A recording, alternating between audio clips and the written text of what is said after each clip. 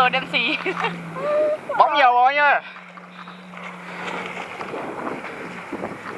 Ngã cà phê. Em ơi, nghe tiếng sò mà có sò ngá. Không. Người